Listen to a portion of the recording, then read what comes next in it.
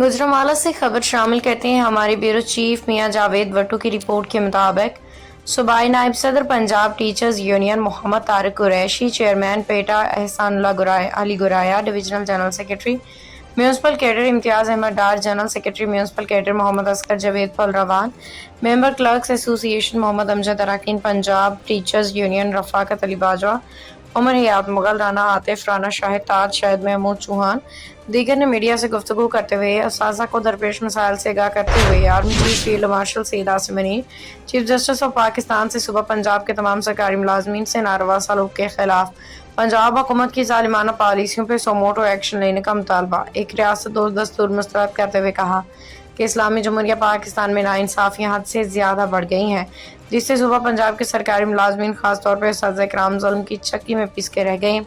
निज़ाम तालीम अफलूज हो के रह गया है। फाका कशियाँ खुदकुशियाँ हुकूमत पंजाब की बेहिसी की ज़्यादा होने लगी हैं। स्कूलों के निजकारी डिस्पैरिटी अलाउंस विफाक के मुलाजमीन को 30% दिया गया,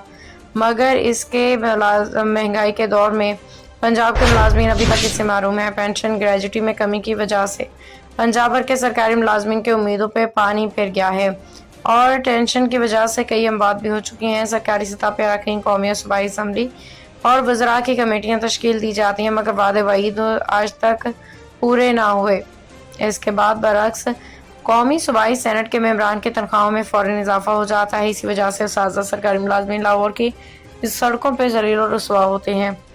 Punjab teachers union chief of army staff chief justice of Pakistan से पुरजोर अपील करती है कि इंसानी हमदर्दी को नज़र में रखते हुए उस्ताज़ा के चार्टर ऑफ डिमांड को तस्लीम करवाएं ताकि इस पर फौरी अमल दरामद हो और उस्ताज़ा और सरकारी मुलाजमीन हुकूमत पंजाब के अजाब से बच सकें।